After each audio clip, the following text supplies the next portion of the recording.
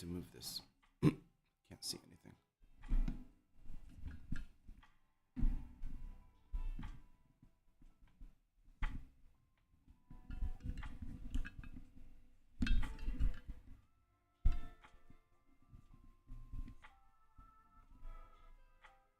Do we need to tilt? Looks like I don't at the end of the tilt. Oh.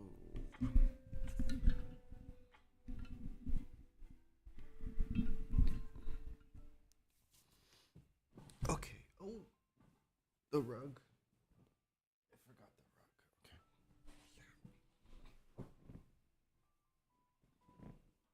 Okay. Let's get started. I should edit the lower frequencies to be better.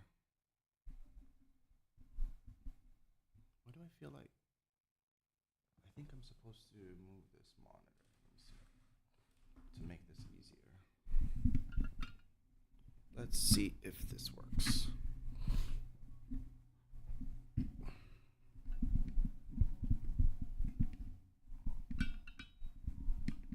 That looks like it's working. Not bad. Not bad at all. All right, now let's just make sure we don't peak. Start recording. Good. Good, good, good, good, good. That's not terrible. Let's see. Properties. How do I sound check if I don't have my earphones?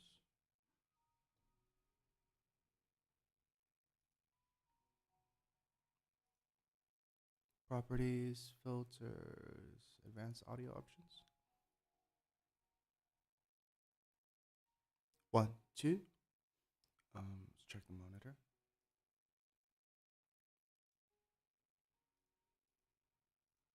1, 2. Oh, there. 1, 2. 1, 2. 1, 2, 3.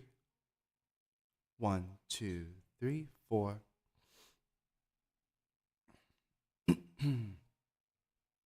Okay. 1, 2, 3, 4.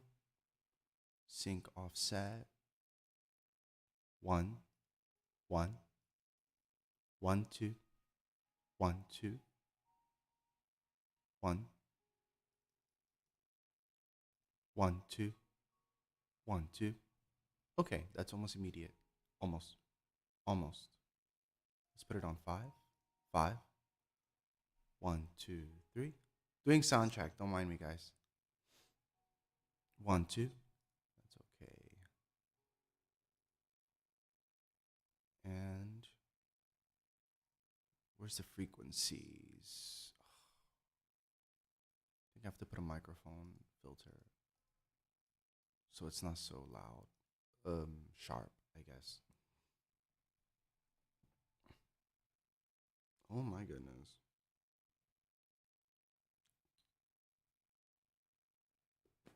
Also, this light is very bright. I want to make it a little more warm. Take off these glasses so I can see how warm it looks. Good. Ooh, that's too dark.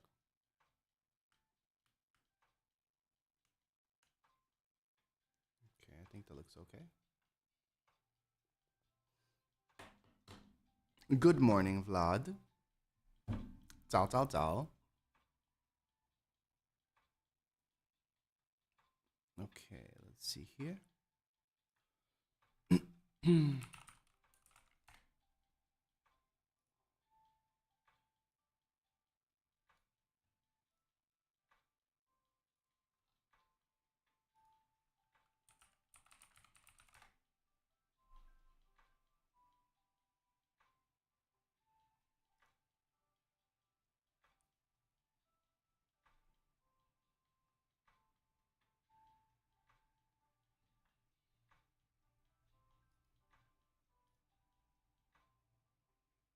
How do we log into the chat? Let's see. Plugin, center, studio, settings, stream. Settings? Okay. Output video.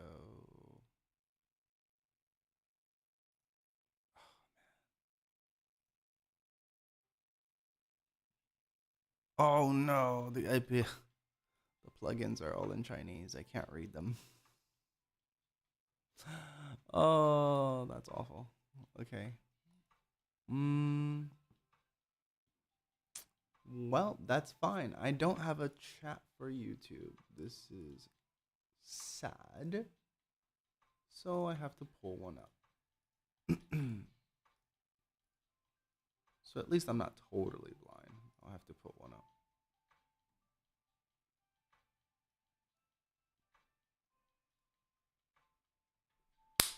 Okay, good morning, good morning, good morning. It is 8 a.m. Ladies and gents. Let's put the sound down here a little bit. Gonna grab a nice refill of water first before we get started. How's everybody doing this morning? Hopefully doing well. A boring day is a good day. Ooh, that is hot. That is hotter than usual.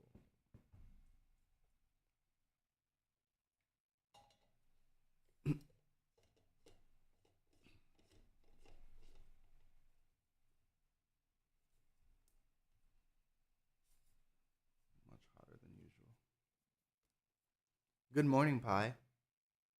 Mm.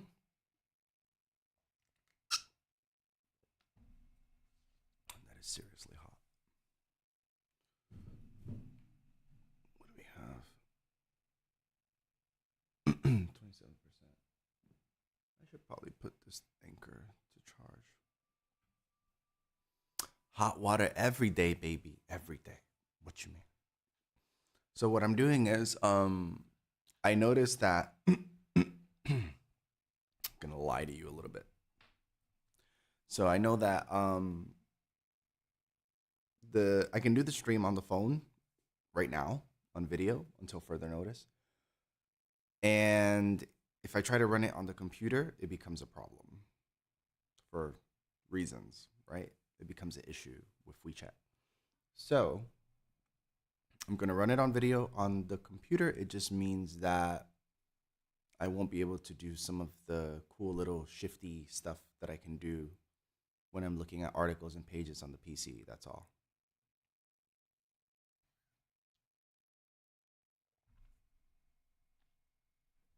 But anyway, let's hop to it. Let's hop to it, folks.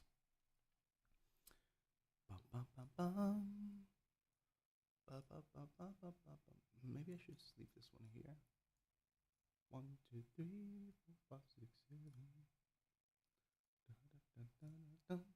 Right.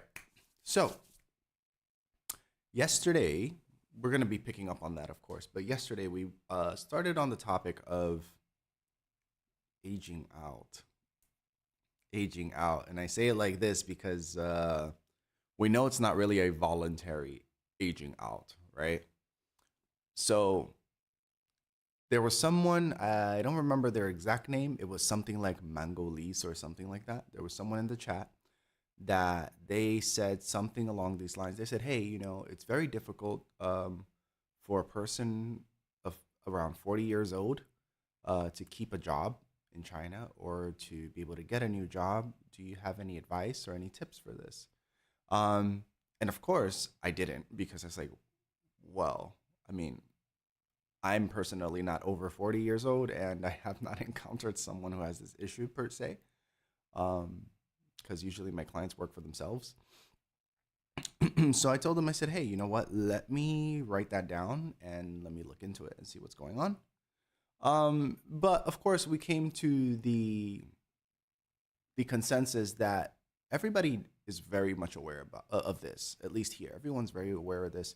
Even that day on the chat, there were people saying like, well, it's because senior staff in their 30s and 40s are more expensive. Usually they charge more because of their experience. And the other thing is like the younger staff are considered bit more desirable because they can work longer hours and get less pay. Like, let's be real, that's what it is. And anything else?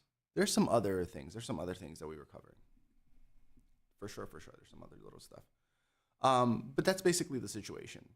And what we were diving into doing was trying to see, like, okay, what are some practical solutions? What are some ways that we can address this sort of problem? If you're like 35 to 40, 45 years old, what can you do to be more competitive in the job market full of younger people, right? But honestly, coming back around to it, there's two things that stand out in my mind. The first thing is that it's going to depend on the field. Where are you working? What are we talking about, right? Are we talking about education? Are we talking about engineering, business, trade? Like, what is it, right? Every field is going to be different, and the idea of the age requirement, it just doesn't seem like a better company would really worry too much about it. I don't know. I'm just speculating here. But the other thing that stood out to me a lot that I was thinking about, and I didn't say out loud per se, I wanted to check to be sure, was fake jobs. You guys know about fake jobs, right? Because I'm thinking, like, it doesn't really make sense that you have all of these professionals, and just because they are over the age of 35 or 40 years old, that they cannot get hired or they cannot keep a job. Something seems a little bit off by that. Hold on, this is a little bit far away. Yeah, something seems a little bit off by that. So I was thinking, fake jobs are a thing.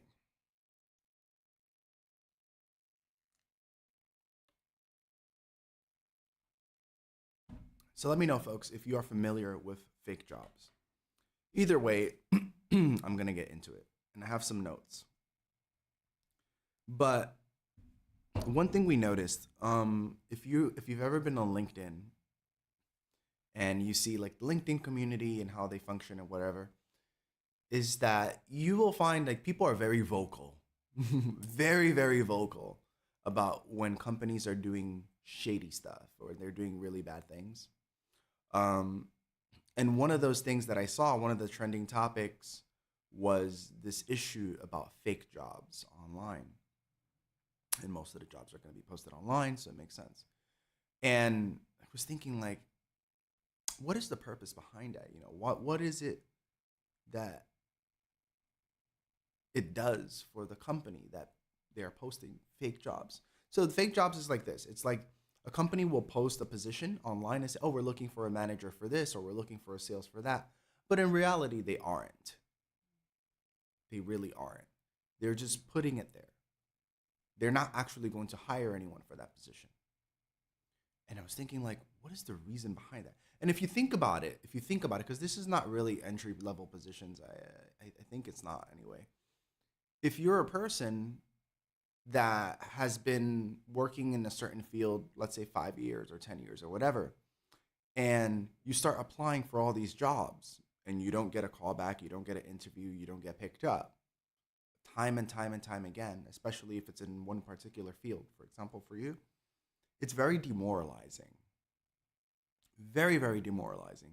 Because you start thinking and you're like, man, am I that outdated? Have I been aged out of the workforce?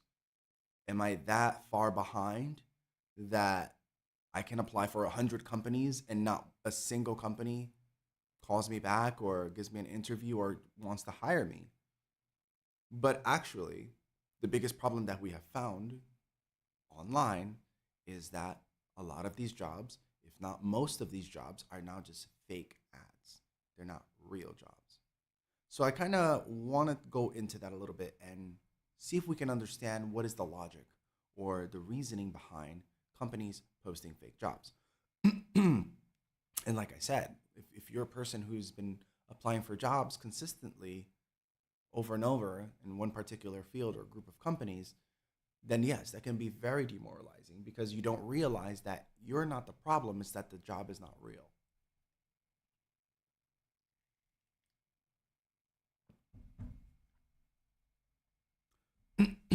Okay, so let's check it out.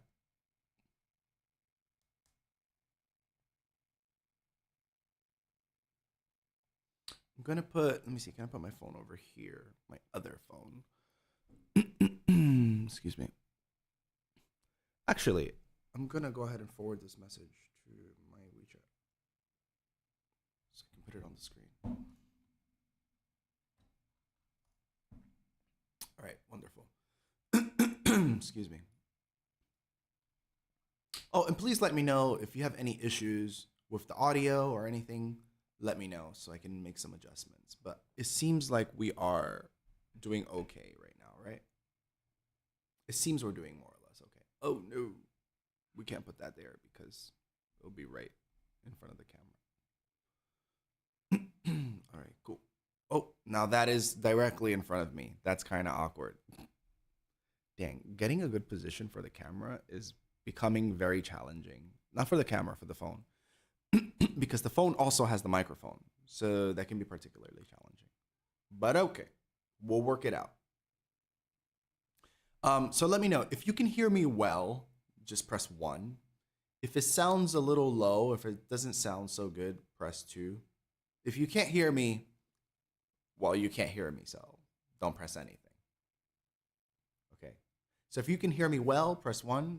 If it sounds kind of bad or low, press 2. Okay. So far, so good. All right. I'm going to keep the phone right over there. Good morning, Iris. Good morning, Bless, Terry, BB. Good morning, everybody. All right, let me carry on then. Let's go to the talking points about fake jobs real quick. So, fake job posts are more common than people think. There are a few key reasons why companies put up listings they don't intend to fill. Oh boy, this is going to be fun.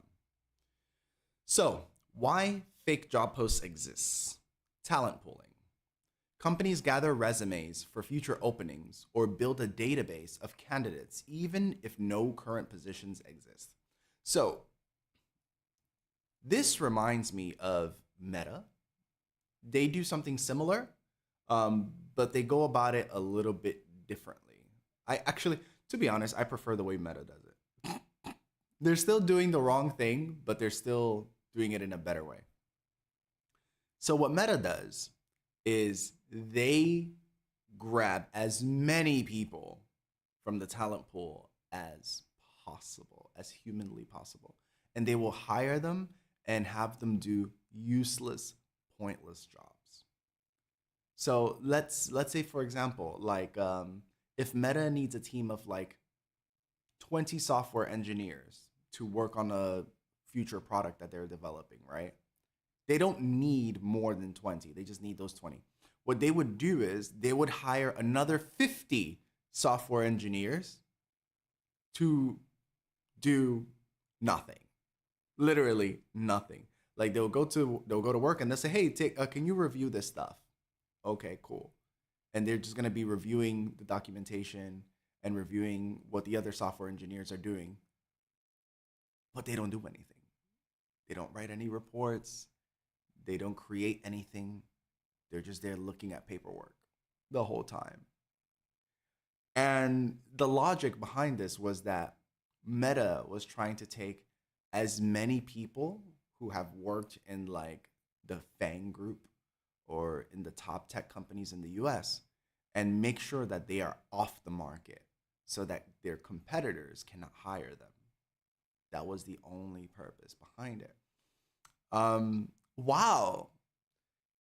It must be really nice to have so much money that you can hire your own teams and the competition. And so that way no one can mess with you. That's fun.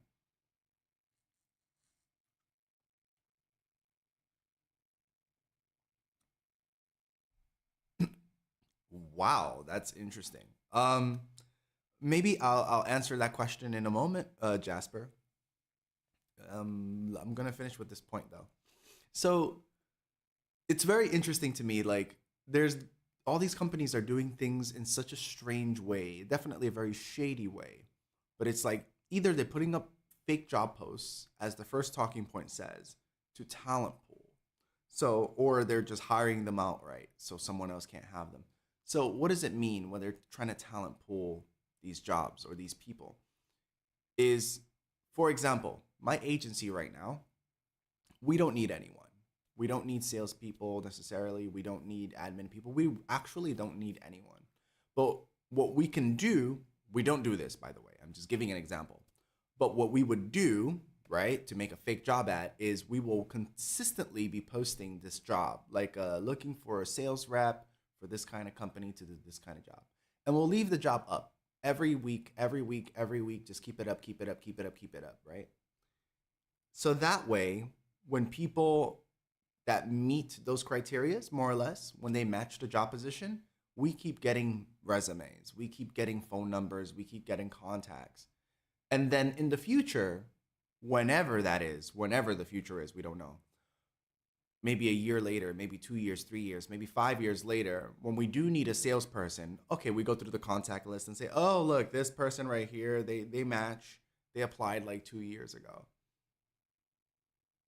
That sucks. But yeah, that's the idea behind fake job ads for this particular reason, talent pooling. So it's literally to build a database, gather all the information, and see like, okay, what is out there and what can we get in the future if and when we need it. So you're putting the ad out there and having people apply, making them believe that there is a position to be filled. But the reality is that there is no position to be filled. That's the situation. That's the kind of crap that we're dealing with today, folks.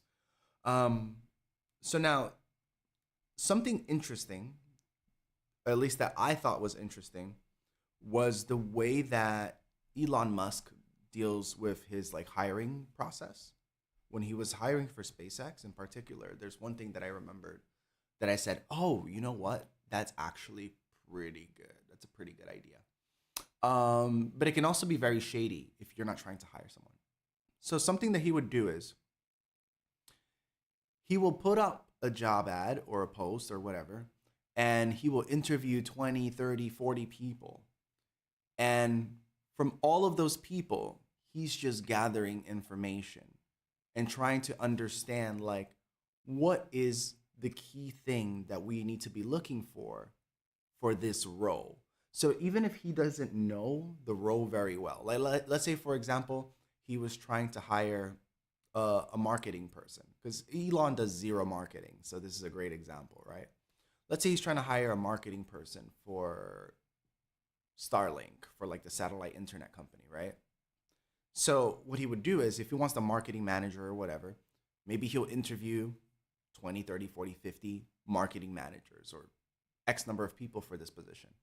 And during the interview process, he will give them several scenarios and questions that apply to the job directly, as you should during an interview. But what he's actually doing is he's gathering answers from all of these candidates to find out or try to understand what is the best answer. What are some different methods or techniques or strategies that they would use to deal with certain problems. The purpose is not to pick the best candidate. The purpose is for he himself to become more informed about the best practices. At the end of the day, yeah, he will still hire someone, but the intention behind the interview itself is not actually to hire someone, it's just to gather information.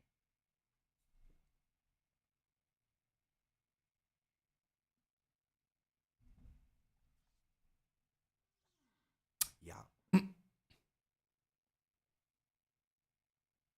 Okay, let's see. Let's see. Jasper says, Morning comment. What do you think about being an international Chinese educator? Hmm.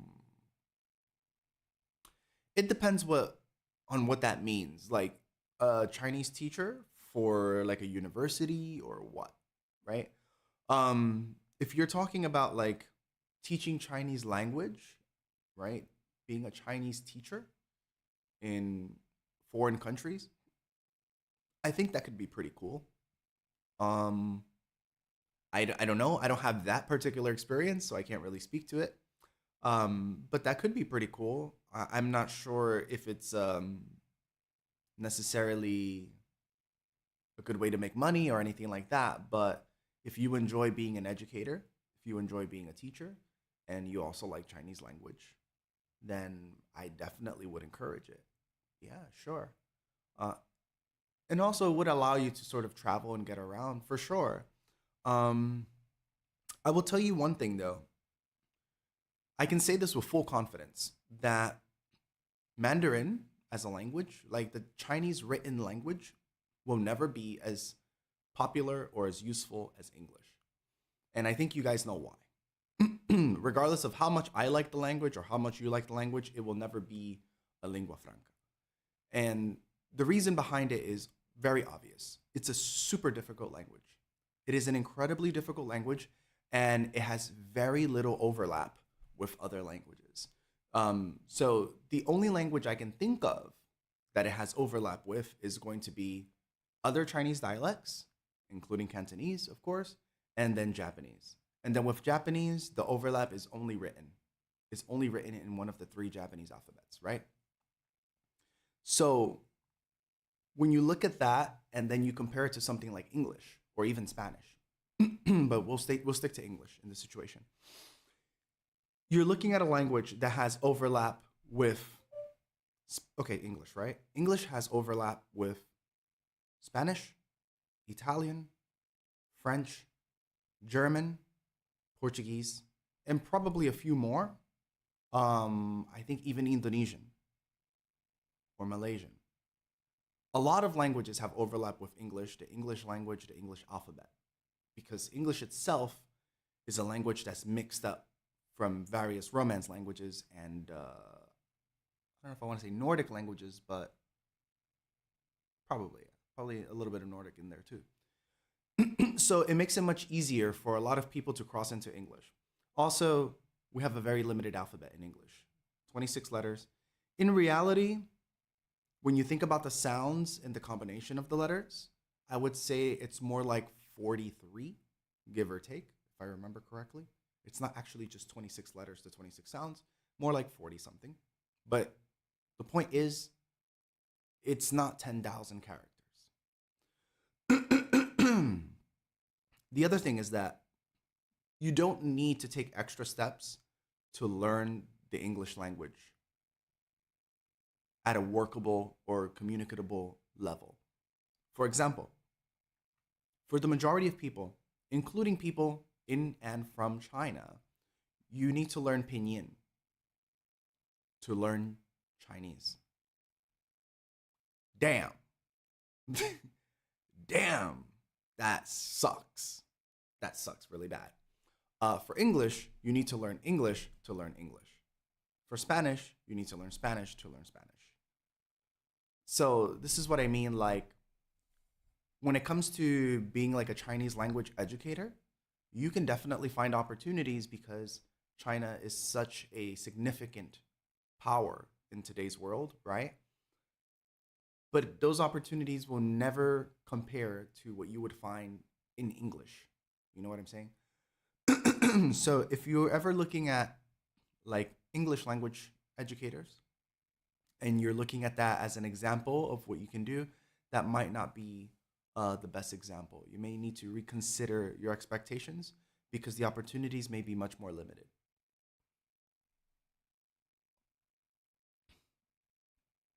Overlap. Yeah, that's exactly how you spell it, Lucy. Just with no space between the R and the L, you would just put overlap together. Overlap.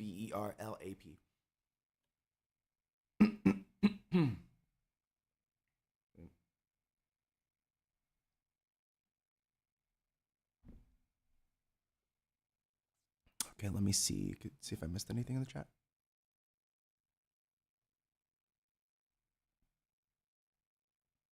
Okay, so let's go back. So we were talking about the fake job positions and throwing people in. I want to comment on what Lucy was saying. Very, very good comments, Lucy. So Lucy says that will be a huge amount of money. They may have already had a better position at that point. Lucy is 100% correct. 100% correct. Um, the only part that we're overlooking, Lucy, is that you are correct, but these companies are still doing it. And these are not like small companies or people who don't know what they're doing. These are major companies. These are the most valuable companies in the world, including Google, Twitter, Meta, Netflix, whatever. Some of the biggest companies in the world and the most powerful tech companies in the world are doing this. They practice this. So if they're doing it, there must be a reason why, right? There must be some sort of positive effect for them that is actually working in their favor. Even though I do agree with what you're saying, it doesn't really make sense. I would say it doesn't make sense to us or to me right now, but also it's very demoralizing for the person who's applying for these jobs and they're not getting anything back because those are not real jobs and they don't know it.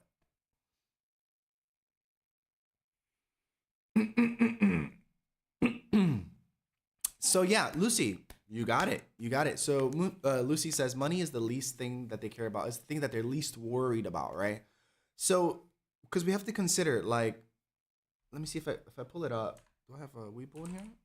If I pull it up right now, let me check on my phone. You can see what I'm talking about.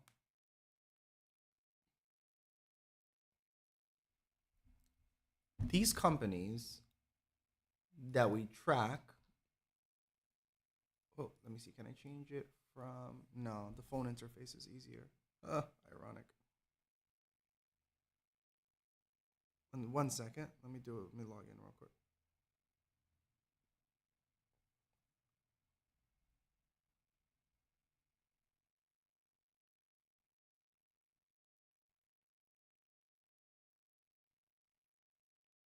So like, let's say we're talking about Apple, for example. If Apple's posting fake jobs or just hiring people to sit around and do nothing for like $100,000 a year, right?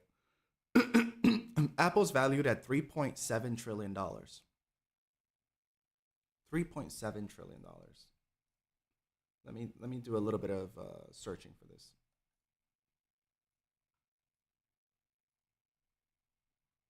Which countries have an economy below, no, above 3.7 T?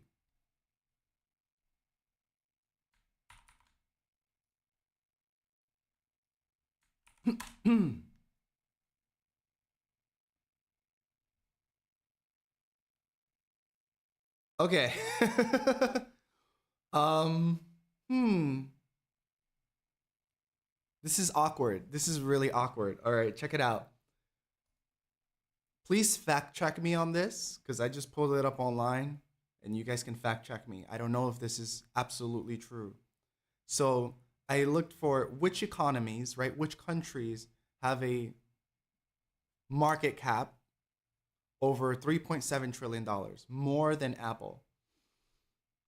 The US at 27, China at 17, Japan at 4.2, Germany at 4, India at 3.7, and then United Kingdom also at 3.7. If we're judging it based on the market cap itself, there are only a handful of countries in the world that are valued higher than Apple as a company.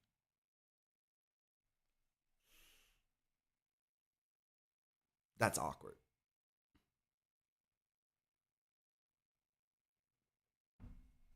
So yeah, they're not worried about money. Right? I agree with you, Lucy. Lucy says, I wish I could be capable enough to be offered one of those fake jobs. Yeah, me too. Like, I'm very happy doing my own business and managing my own company. But having one of those fake jobs and collecting a salary just for fun sounds cool. Thank you very much. 谢谢你.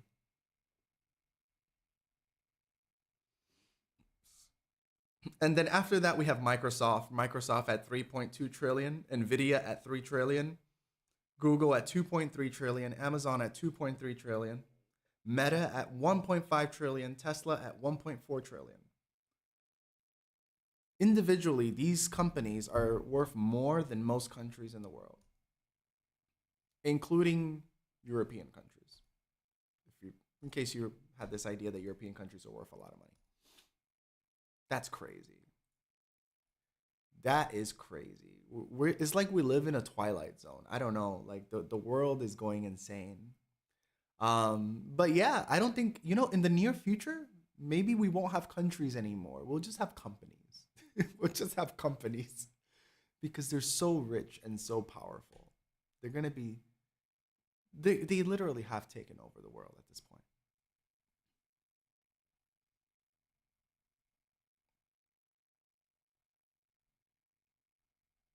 Oh yeah, Jason, I agree. So Jason says, but it's literally fake, so it is possibly not providing us what we actually truly need. But it's fun. Yeah, it's a boring fake job. It's a boring fake job. That's crazy. That is so crazy. All right, let's go to the next talking point. Let's see. So the first one was talent pooling. The second one, the next talking point, compliance reasons. Some companies are legally required to post jobs publicly, even when they already have an internal hire in mind. So, let me turn this way a little bit. So, what does that mean? I'm sure this happens in the US, depending on the company, especially, right? But for a lot of companies, especially when we're looking at the Fortune 500, for a lot of companies, even if you're going to hire someone internally, someone who already works for the company, even if you already have somebody in mind for a position, for compliance reasons, right, to follow the rules and follow the laws, they still need to post the job. So that means, for example, if I was looking for an editor, I'm looking for a new editor to cut my videos and to do my posts, etc. If I'm looking for a new editor, even if I'm just going to hire someone from within my company to become the new editor or the manager for editing, I would still need to post that job, even though I have no intention of hiring anyone who applies for it for compliance reasons. That's interesting. Oh, no, Crystal, for sure, for sure. Excuse me. So, Crystal's asking, can people get the real salary when doing the fake jobs? Absolutely. So, what you do is you go online, if you can go like on Google or YouTube or whatever, and look for fake jobs and how I worked at a fake job, tech company, Meta, Amazon, Microsoft, whatever. You're going to find people on TikTok or YouTube or whatever that they talk about their fake jobs that they had working for those companies. And they collect a real salary, they collect real benefits, they pay their taxes, everything. But it's a fake job. They don't actually do anything.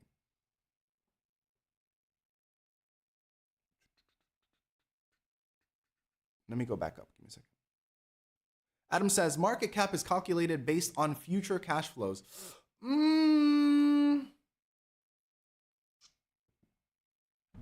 Well, Adam, you can tell me more about that, because that's not how I interpret it, but I can understand what you mean by that. But feel free to educate me, because market cap, so market capitalization. The way that we calculate a market cap is that we take the number just from people who are public on the market, right? We take the number of shares that a company has, and then based on the price, like the stock price that they have, you add all those shares together. This is what you get. You get a market capitalization, right? So this is like the perceived value of the company. Is it true that, let's say, for example, if I said earlier, Apple's worth $4 trillion, is it actually worth $4 trillion? It depends. It depends. Because let's say, for example, if someone extraordinarily, astronomically rich wanted to buy Apple today, they would still have to pay $4 trillion outright.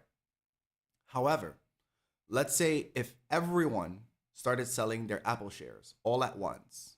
Why? I don't know why. Because I don't know. The US decided to ban Apple, or something really critical happens and people want to get out of the stock. If everybody was selling the shares all at once, the price will drop so quickly. By the time it's over, it'll probably be worth less than 1 trillion that actually has been cashed out. So market cap is flexible in that way.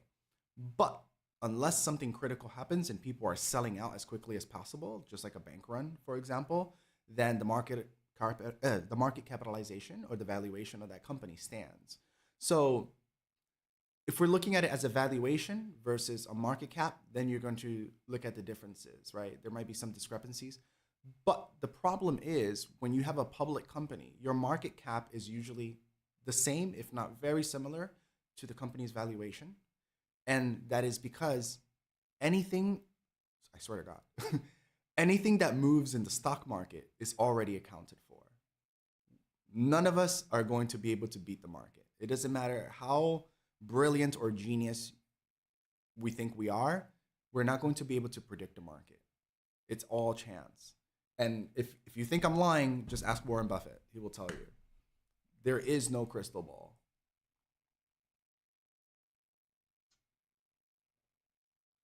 Now, on Adam's point about future cash flows, when you look at a company like Tesla, for example, we can say, okay, yes, Tesla is a very valuable company. They have brought in industry shifting technology, so they are worth what they are worth. At this point in time, $1.4 trillion. But the problem is, it's really not, because a lot of Tesla's price, when we look at Tesla's market cap and Tesla's stock price, a lot of it is actually based on what we predict Tesla will be worth in the future. So to Adam's point, this is like based on future cash flows. But you have to remember that not all companies work like that. Tesla is one of those very rare companies that is always innovating. They're always trying to do something new and always trying to push new disruptive technology. So this is something that you must take into account when you are looking at the stock price or the market capitalization of Tesla, is its future potential. But you wouldn't do that. You wouldn't have that same logic if you're trying to buy shares from like JP Morgan Chase or Bank of America or one of those. They're not doing anything. They're just doing finance just like anybody else. There's nothing groundbreaking about finance. So Tesla, it would be an exception. You would need to look at, if I'm not mistaken, like the PE ratio. Is the PE ratio for this? So if in a perfect world, your price per share versus earnings is going to be like 1-to-1, but not with Tesla. Tesla is, I would definitely say Tesla is heavily overvalued. But at the same time, the future potential of what they're going to put out, that's people looking in the crystal ball. Let's catch up. And I got to go over the comments about the fake jobs.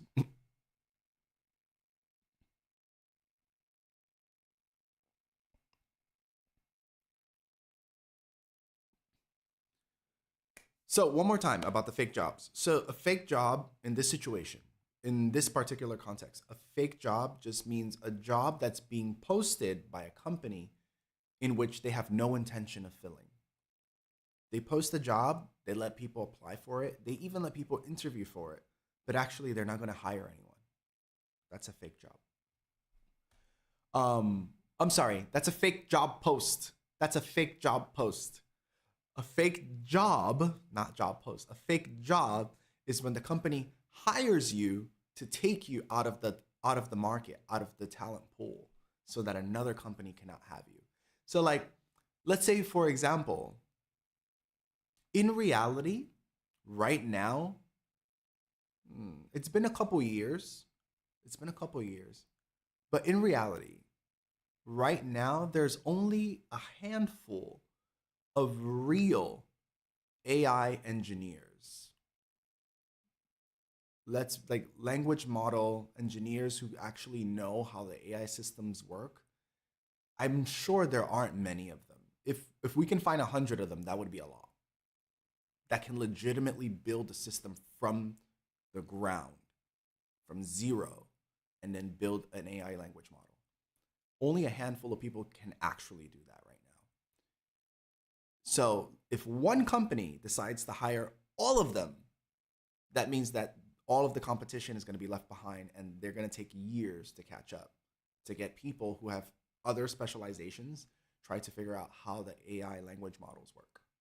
That's the idea. Oh, dude, come on. Can you ask me easier questions? How to recognize a fake job post.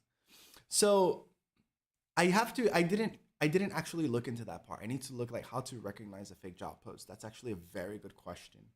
I have to get back to you on that. But I know that one of the things about the fake job posts is depending on what system you're using, if you're using LinkedIn or if you're using Monster or whatever, Yahoo Jobs, whatever it is you're looking for, if you see the history of jobs, if you have access to it, if you can see the history of jobs that a company is posting, and they've been posting the same job over and over and over again for like several years, then you know that's a fake job. They're just posting it to post it. They're posting it for compliance reasons, or they're posting it to gather resumes and gather a database of candidates. That's it. They're not actually hiring. But that's one way. I'm sure there are much, much better ways for you to identify like fake job posts or fake jobs. But I haven't looked into that part of this topic yet. But yes, a tall tale sign is that you have a company that is constantly posting for the same job over and over. Now, you know what I would say would really show the difference between fake job posts and real job posts is, I could be wrong, right? Feel free to tell me if you think otherwise. But I think if there's a recruiter or an agency who is trying to hire for that job, that's a real job. It's a real job. And I tell you why. I'd say it's a real job because to hire a recruiter or to hire an agency to fill a position is very expensive. It can be very, very expensive. So instead of going the route of getting a recruiter to deal with all these job posts, you can just put it on the company website. Okay, jobs are open. Here they are. Fine. It's a fake job. No one cares.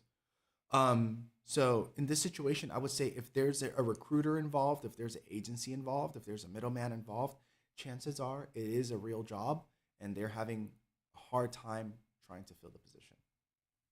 Speculation though, I could be wrong. Morning, morning.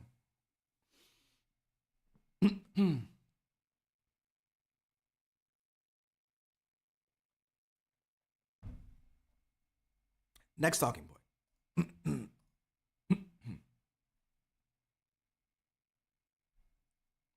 Okay, number 3, brand visibility. So, posting jobs can make a company look like it's growing or doing well, boosting its reputation in the industry. That is true. In one of my other live streams, I said this before. I actually gave this as a suggestion to people that if you are looking to work for a company, you should look at their job posts.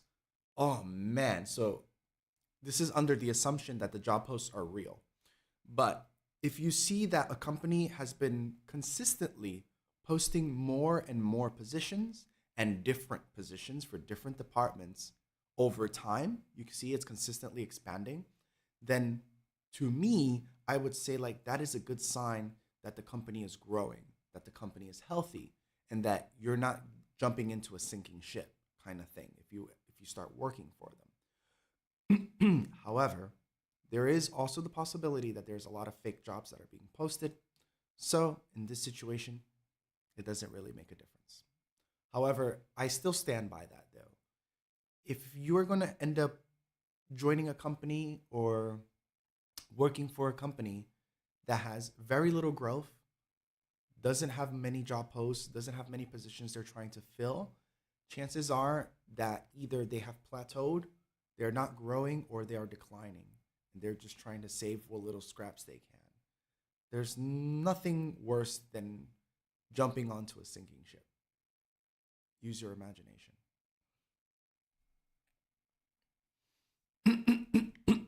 I try. I try, Lucy. Thanks.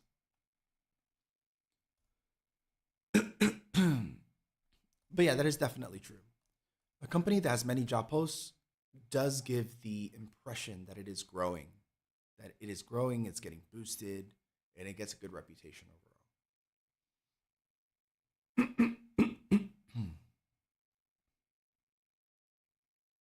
Yes, Bless. Yes, Bless. Exactly. So Bless says, I have seen some companies who are posting only for publicity, but actually they aren't hiring. I agree. I know what you're talking about. This is gonna be a little bit funky, right? But I do believe if you are a business owner, if you have your own company, I think you should always be posting. I think you should always be hiring. Even if you need to hire someone for a fake job and put them in the side, sometimes it's better to do that. So let me explain my logic. I'm not doing it in the same way that the big companies are doing it. My logic is like this. If there is at least one type of service or product that we can develop in my company or in my agency that none of my staff is working on, and we have the money to hire another person to start working on that and experimenting with it, I would 100% do it. This is when we're going into the realm of like R&D, right? Research and development, where it's like, I'm gonna hire you to work as a salesperson in my agency, okay? But you are not allowed to use any of the tools and methods that our current salespeople are using, okay? I would make it so that you are exclusively tied to any other tools. You can use whatever other resources you want, but you are not allowed to use the same tools that my staff who are currently working as sales are using. Why would I do that? I would do that because I want to do a little bit of investment into R&D. I want to see if I hire a new salesperson, what other methods can we use to get more sales or to get more clients and accounts that we are currently not using. And I will let that salesperson be like our experimenter, where they're going to try and test different ways that we are currently not using and see what works and see what sticks. And once we see that something sticks and it does work, it only adds another channel for us to be able to bring in more income or bring in more clients. Let me tell you why. Let's say, for example, let's say you were advertising on Instagram, right? And you get almost all of your clients from Instagram. Let's say like 90% of your clients are not coming from Instagram. One day, this is a euphemism for fucking WeChat. Sorry. So one day you decided like, oh, I'm gonna post this, I'm gonna make this video or this post. It's a little bit edgy, it's a little bit racy, but it's gonna get a lot of attention, right? So you put that video on Instagram and you get reported by like 10 people or whatever. And boom, your accounts get banned on Instagram. Now your number one channel for acquiring new clients has been shut down by the platform. You have no power. You have no power. Once the platform decides to block you out, they block you out. That's all there is to it. So for me, I think that a healthy way for either collecting clients or whatever it is that you're doing with your social media is to diversify it, just like stocks, just like an investment. If you have like, okay, 20% of my clients come from Instagram, another 10% come from Facebook, another 15% come from ads on YouTube or whatever. Another 10% come from word of mouth. And then another 20% come from like cold calling or whatever.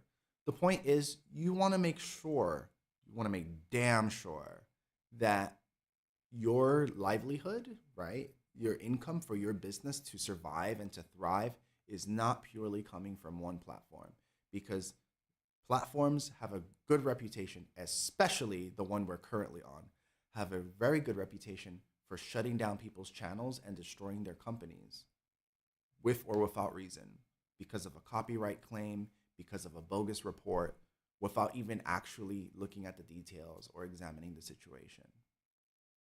So this is why even I would post a fake job and have a salesperson here and pay them a full salary just to play around and experiment and see if something sticks. 100%.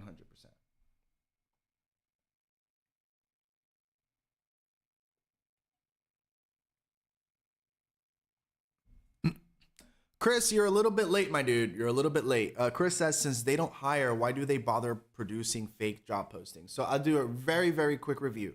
Very quick review. So this is exactly what we were talking about. We're saying like this doesn't make sense, right? It's counterintuitive.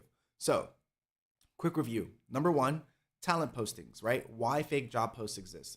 Companies gather resumes for future openings or build a database of candidates, even if no current position exists. Number one. The next one, compliance reasons. Some companies are legally required to post jobs publicly, even when they already have an internal hire in mind. And then number three, brand visibility. Posting jobs can make a company look like it's growing or doing well, boosting its reputation in the industry. You know what? Another thing, right? When a company is posting a lot of jobs and there's a lot of movement, this affects their stock price.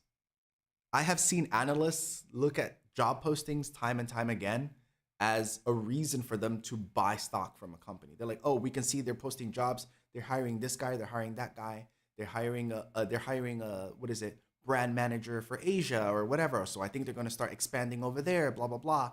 So they will speculate based on the positions that the company is hiring for as a motivator or a driver to push up the stock price. So there's so many reasons, but the thing is like, for us, if you are looking for a job, again, it is very demoralizing. Very demoralizing because you are applying for these companies and it just makes you feel like, am I really not worth hiring to all of these companies? Is that really the fact? But actually, they're just mostly fake job posts, unfortunately. Okay. Number four, let's go to the next one. This is the one where I was giving the example about Elon Musk when he was hiring for SpaceX. So market research. Employers use job posts to see what types of candidates are out there and what salary expectations are trending. That is, that's literally it. Just to assess what the market is, even if they're not hiring for the position, if they want to gauge even the employees that they currently have and what the market looks like, and they want to retain them or something like that. Like, okay, how can we become more competitive? Make sure we don't lose certain people, for example. Then this is one way they can do it. Um, However, I think very few companies are very concerned about retaining staff as much as they are as getting cheap ones. But I digress. Oh, yeah. So, ladies and gentlemen, listen, it is 8:54. And of course, that means a lot of you are about to start your workday, about to kick it up in the office or whatever it is that you do. So remember, hit the follow button if you didn't already hit the follow button. And if you want to message me directly and consult, make sure you've add me on WeChat, comment live, KOMITLIVE. And just so you know, one of the things that we're actually focused on for our agency right now, we are doing, of course, we do like work permits, we're doing visas, we're doing business licenses, international trade, huge things, right? One of the things that we are exploring right now is entering like the education sector for like foreigners who want to study in China, for example. So we are exploring that market because we have a lot of leads and a lot of clients who have asked for this. Currently, none of my agencies provide the service at all. And we're doing research into it and we're trying to see like what is the best way to go about it before we offer it as a service. So we've actually hired somebody just to do research on how to do this properly, so that we don't have any issues if we do offer it as a service in the future. We understand the requirements, they are perfectly clear, and we don't mislead people like a lot of agencies would do, or agents in particular. So if you have some background with universities, especially with like the foreign department in universities, if you even if you just have some ideas about it, feel free to send me a message and let me know what it is that you know, right? Because this is what we're focused on. We're trying to learn as much about it as possible, whether it's about the requirements, the needs, things related to CSC scholarships, things like that. Anything that has to do with foreigners coming to China to study, a bachelor's, master's, PhD, whatever. We're looking for this information. We're looking for people who understand this very well, who have been involved in this sort of industry, because we are looking to offer that as a service, because we do have an overwhelming number of leads and clients that want this service, but we don't actually offer it. So that means that we just constantly have to keep referring them to a third party, to another person or another agency that may or may not actually do a good job, unfortunately. So it's better that we take care of it ourselves, but we want to make sure we have all the right information first. Anywho, with that, let's see. If you need to go, you can go. I'm going to continue and just finish these talking points about fake jobs. So thanks for being here. I will see you tomorrow. For the ones who are leaving, ciao, stay amazing, stay beautiful. And for the ones who are staying, let's carry on. Okay, so let me see. Let me get a head count really quick. So if you're staying here for like at least the next 20 minutes, just type in a number 1 in there just to give me a heads up on the head count, and then we will continue.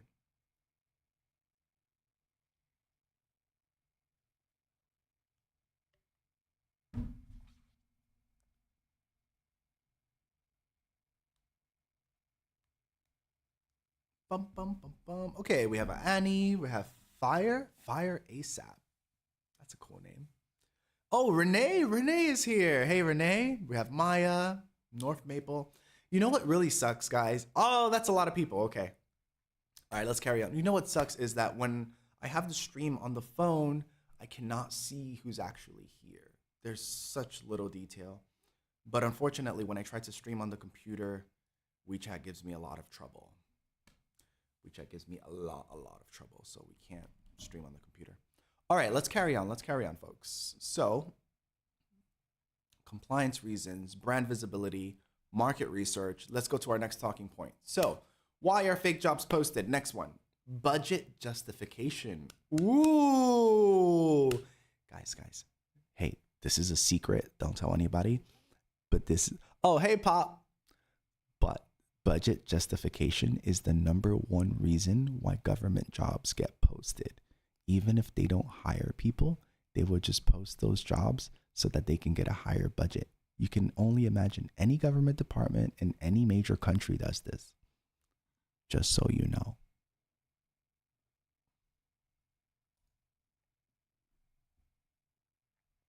Budget justification. All right, so some departments post jobs to justify their budget requests, even if they don't actually hire anyone. I won't say too much, but I will say a little bit more about this. Look, if your department, what was that? Did I just get a call? Okay, maybe I said too much. I was like, did I just get a call and didn't realize who it was? Hold on a second. Let me see. Did someone actually call me while I was saying that? That's so funny. They're like, hey, shut up, bro. All right, I'll say less. The point is, if you work in a private company and your department has a budget, right? You need to make sure that you use the budget completely, because if you don't use the budget in this private company, then you cannot get a larger budget for the next year. If you end up saving money and not using all the money in your budget for your private company, then your budget may be lower next year. for your private company. This has nothing to do with the public sector.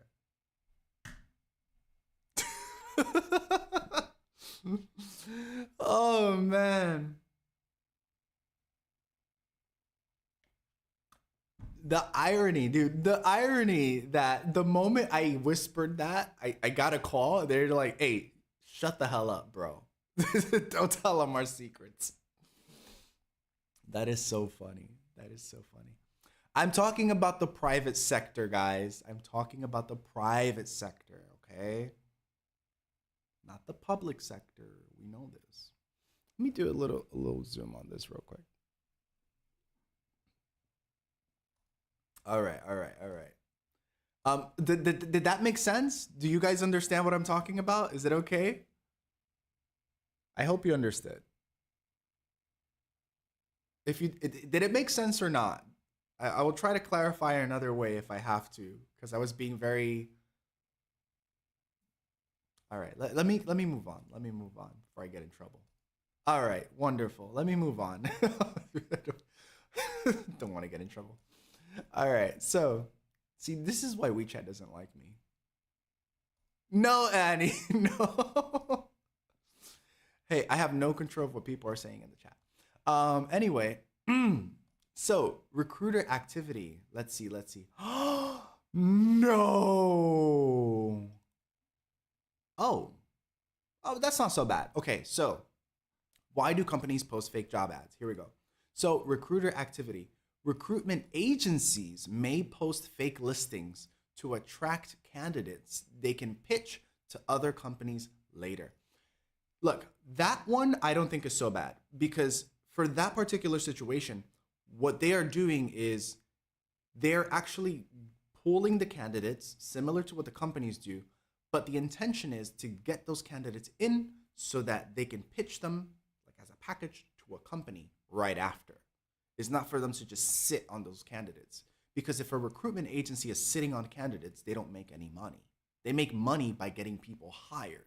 So even if it is a fake job post or a fake listing by a recruitment agency, I still think it's worth it, because they make their money from actually getting people jobs. So that one makes sense.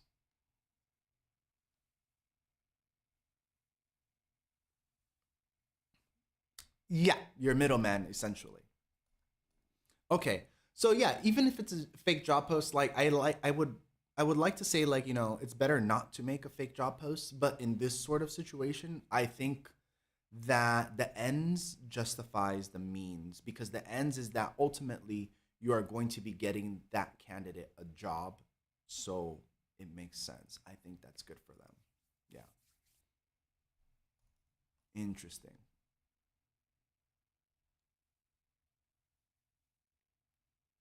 Oh my goodness.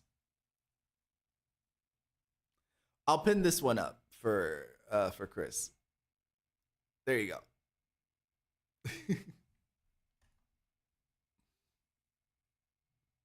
But what if there are no actual vacancies? So, but yeah, so Pop, if there are no actual vacancies, those companies are still posting it for all the reasons that we said earlier, right? So just, well, again, talent pooling, for compliance reasons, for brand visibility, for market research, budget justifications. There seems to be a lot of reasons why these companies are posting fake jobs. That's wild. Meanwhile, in America, no one wants to work. Well, these jobs are not real, so that's rough. Okay, let's see. We have one more. We have the last one. All right, so the last one says scams and fraud. Okay, this is the worst. This is the worst, and hopefully this doesn't happen to any of you. Do be careful. I have some friends who have been caught up in some scams and some fraudulent jobs and things like that, especially jobs when it has to do with like going overseas or crossing over the border, this kind of thing. Be very, very careful about these jobs. Even for me, like, I'm kind of an idiot because I went all the way from New York City to Japan to China, not knowing if there was actually a real job. I just took a leap of faith. So I'm kind of being a hypocrite. But I would still encourage you guys to be very cautious. Be very cautious about those things because they can be very dangerous. I'm sure you guys have seen the post on like Chinese social media where people are being like baited in from China to go to a Southeast Asian country, and then they get kidnapped and they're forced to work at like a scam calling uh, call center or something like that. So yeah, just be very very cautious. Make sure that you do a lot of homework on the company, that it is an actual legitimate company. It is registered with the government. You can actually cross reference it internationally and with not just the government, but with actual real people that you know. That would be the best. Yeah, at least like the job that I took when I came overseas was for a massive company, like a major international company. So that was definitely much safer. Um, but yeah, just be very cautious because those can be very unfortunate circumstances for anyone. All right, so scams and fraud.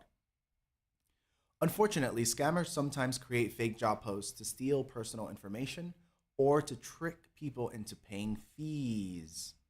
100%. Yeah, if you ever I've been through some of these. If you ever see a job post where you go through the interview, you meet the hiring manager or whatever, and they require you to pay for something, no. There is no job in the world that I can imagine. There's no job in the world that would require you to pay for something for you to have the job. It doesn't make sense. Because the idea is if I'm hiring for a position in my company, I'm hiring because I'm losing money potentially. If I don't hire this candidate or this person, if I don't hire someone, I'm leaving money on the table that my company could be earning, whether it is a salesperson or an admin person or a manager, whatever. The reason I'm hiring those people is because they're going to help my agency make more money. That's the whole point. So it doesn't make sense that I would add another barrier to hiring a candidate by forcing them to pay for something, for what recruitment fee or whatever it is. It doesn't make sense. So any legitimate job is not going to require you to pay for anything. No way. And another thing, if you have a job that is like, oh yeah, we have a job for you, but you need to relocate, you need to go to another country or another city, that company will pay for it. If it is a legitimate job and if the company is worth it, they will pay for you to relocate. That's how that works. Don't use your own money to relocate for a job. If they really want you, they will pay for you to relocate.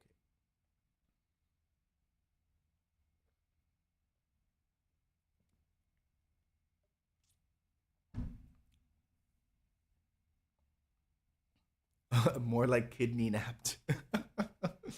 That's funny.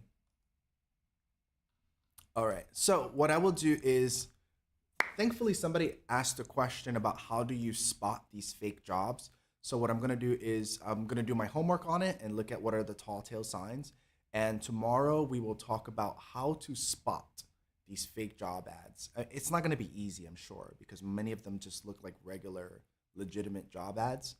But we will do our best to try to spot the fake job ads. We're gonna see like what are common mistakes that you can find within the job post itself that show like, oh yeah, this is probably a fake job. It's not really a real thing. All right. So with that, ladies and gentlemen, thank you for joining me this morning. It has been a pretty good Thursday morning so far. Hopefully we have a good Thursday. Remember, look at every challenge as an opportunity to learn, as an opportunity to grow. With that, stay beautiful, stay amazing, and I will see you tomorrow. Bye-bye. Oh, and hit the follow button. Hit the follow button.